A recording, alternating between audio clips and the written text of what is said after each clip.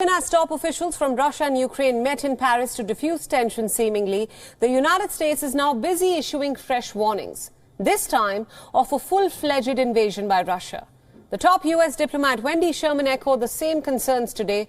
The U.S. remains convinced that Vladimir Putin is ready to use force against Ukraine by mid-February. Basically, what Sherman is saying is that Putin is set to travel to the Beijing Olympics in February, and any military action during his presence at the Olympics could upset the Chinese President Xi Jinping. So the U.S. estimates that he could use force by sometime around mid-February. The U.S. Embassy in Ukraine urged its citizens to consider departing now, as fears continue over the possible fears of a Russian invasion of Ukraine. In a statement, the embassy warned that the security situation could deteriorate with little notice. Russia, on the other hand, is busy displaying its military might to the world. It has sent more troops towards Ukraine than ever before and has also begun massive military drills with all its fleets. The Defense Ministry has now published videos showing the units moving towards Russia's Rostov region, a region that borders Ukraine. The military also announced new drills involving 6,000 more troops near Ukraine.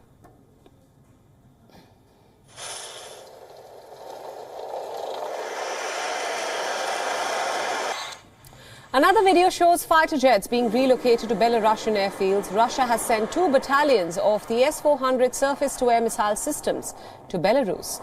Both the nations will hold joint military exercises called the Allied Resolve to repel external aggression.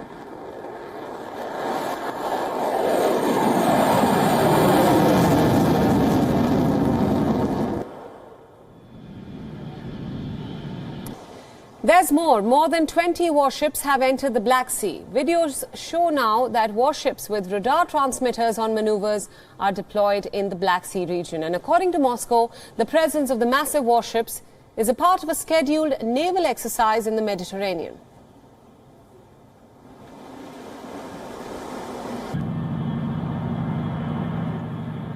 Amid all this military display, Moscow has maintained its denial to invade Ukraine, instead blaming the West for quote-unquote hysteria. The Russian state TV has also replicated the same tone. The state media says it's Western panic that is now fueling tensions in the region. NATO is scrambling to beef up its eastern flank, and Western governments have warned of crippling economic sanctions if Russia invades Ukraine. But watching Russian state TV provides little sense of impending conflict. Russian state TV, a vital tool for the Kremlin's public messaging, says panic in the West is fueling the tensions, along with U.S. troop reinforcements to the region and arms supplies to Kiev, not the 100,000 Russian troops gathered near Ukraine's border. Independent polling data shows the Kremlin's message that the West and not Moscow poses a threat to peace is widely believed in Russia. Russia will not attack anyone, but I can believe there will be a huge Western provocation which is already being undertaken. And Russia will start a war against somebody. No, Russia will defend itself, and it must. Denis Volkov, director of the independent Moscow-based pollster Levada, says it's important to the Kremlin that it looks like the West is inflaming the situation. And from the information side, there's more of it on the West. It turns out that we don't want war, but the West does. No one is invading, but we are the ones who are blamed. Anti-American sentiment and scathing commentary about Ukraine's pro-Western governments have been staples of Russian state TV since 2014, when Moscow's annexation of Crimea and backing for a separatist revolt in East Ukraine shattered relations with Kiev. Western diplomats, analysts, and others are now scrutinizing Russia's state media coverage of Ukraine for any drumbeats of war, and for clues as to whether President Vladimir Putin's troop deployments are indeed the prelude to a military move, or just a bluff to extract security concessions from the West. Moscow says it wants written responses to its demands this week, which include never allowing Ukraine to join NATO. For more on this, joining us now is our correspondent Susan Tehrani, who joins us live from New York. Susan, thanks again for joining us. Now, the United States yet again has raised a global alarm over a Russian invasion of Ukraine, warning its embassy officials to leave Ukraine. We've seen troop deployment from all sides. Russia, in fact, is holding drills and a lot more. How does the conflict stand as of now, and how realistic is the fear of a Russian invasion of Ukraine at this point in Washington? So the latest developments that we have right now, news is that one of the chief negotiators, Wendy Sherman, just had a conversation with Estonian officials, and you can see how concerned European officials are, asking the United States what they think that Russia's next move is. And there's a quote from Wendy Sherman in the readout that basically says that she does not know what Vladimir Putin's next move is, and she predicts that perhaps what will happen is that Vladimir Putin, first of all, she makes clear that she does not own the only person that knows what Vladimir Putin's next move is Vladimir Putin. But what she predicts is that if Russia decides to invade, it would be after the Beijing Olympics, and that would be sometime in mid-February, considering the fact that Vladimir Putin plans on going to the Beijing Olympics on February 4th. That's when it's supposed to launch.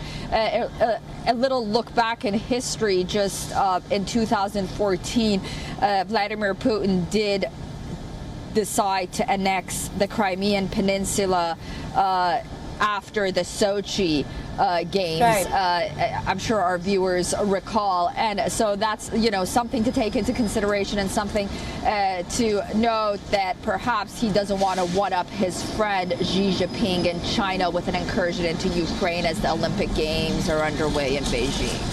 Absolutely. Susan, let's now talk about one of the biggest headline makers today, the fact that the U.S. president hinted at direct sanctions against the Russian president. Russia, in fact, has now hit back at the U.S. threats of sanctions against President Putin, saying that these sanctions would not just be ineffective, will in fact hurt the efforts to lower tensions over Ukraine. How are these comments being perceived, and how will it raise tensions between the U.S. and Russia, which are already simmering?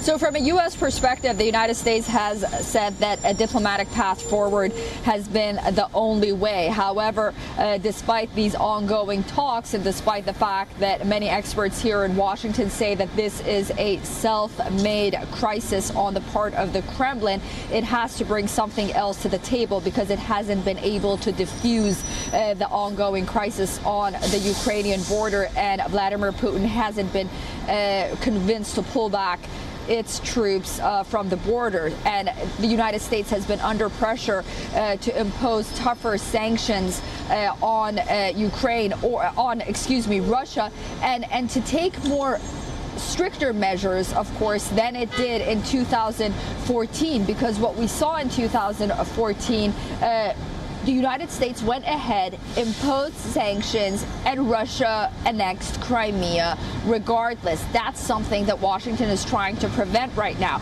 And with it coming out and saying that the option of not sending troops inside Ukraine basically is off the table, then it sees this option sort of, putting sanctions on Vladimir Putin, at least saying that it wants to. We'll see whether or not, Biden really goes ahead and does that or not. It sees the only path forward. It has to do something at this point. America has to say something at this point to get that kind of authority back in these talks. A lot of analysts are saying that, Putin has Biden where he wants to have him. So, it's natural that the United States would come out with these statements at this point. Right. Susan Teherani, our correspondent from New York, thank you so much for all those insights, and thanks for joining us on WION this hour. Now, for a better understanding of the Russia-Ukraine crisis as it stands as of now, we earlier spoke to an international affairs analyst from Moscow, the Moscow State University in particular, Boris Volkonsky. Listen in to his inputs on the subject. The main thing is that there are Minsk agreements, and both sides are to fulfill the Minsk agreements and withdraw the troops, the heavy troops, from the nearest proximity of the line of the standoff. And as for Normand format, well, I think it's quite plausible and it's quite feasible that it should go on. But the fact is that all this, noise and informational warfare that surrounds it prevents from real talks on real matters. It's always better to talk than to blame each other.